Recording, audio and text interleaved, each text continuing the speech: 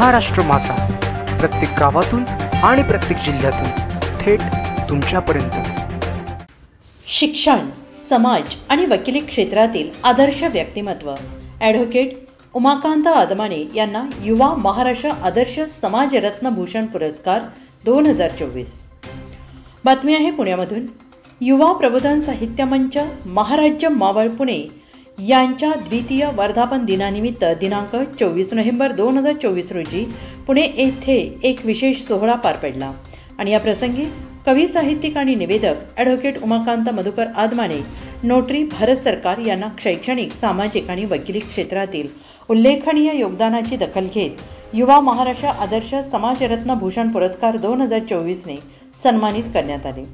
पुरस्कार वितरणाचे औचित्य माननीय डॉक्टर अमरजीत चौरे यांच्या हस्ते झाले, तर स्वागताध्यक्ष श्री संजय कुलकर्णी होते। प्रमुख मार्गदर्शक म्हणून स्वाभिमानी रिपब्लिकन महासभेचे अध्यक्ष माननीय हरेशभाई देखणे आणि शिवव्याख्याते प्राध्यापक संपत गारगोटे उपस्थित होते। या सोहळ्याचे खास आकर्षण होते प्रसिद्ध व्यक्तिमत्व माननीय क्रांतीनाना मळेगावकर आणि लावण्यवती महाराष्ट्राची फेमस कलाकार गौतमी पाटील आणि याशिवाय सागर वाघमारे, सौ पिंकीताई वाघमारे आणि रितेश वाघमारे यांच्यासह अनेक कवी, कवयित्री मंडळी उपस्थित होते।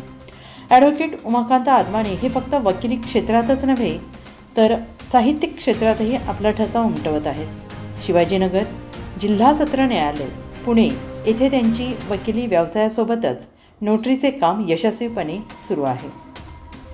या पुरस्काराने ॲडव्होकेट आदमाने यांच्या कर्तृत्वाला मिळालेली दखल त्यांच्या कवी, साहित्यिक आणि निवेदक म्हणून योगदानाची प्रशंसा करत आहेत। महाराष्ट्र माझाकरिता संपादक जगदीश दगडे, पुणे।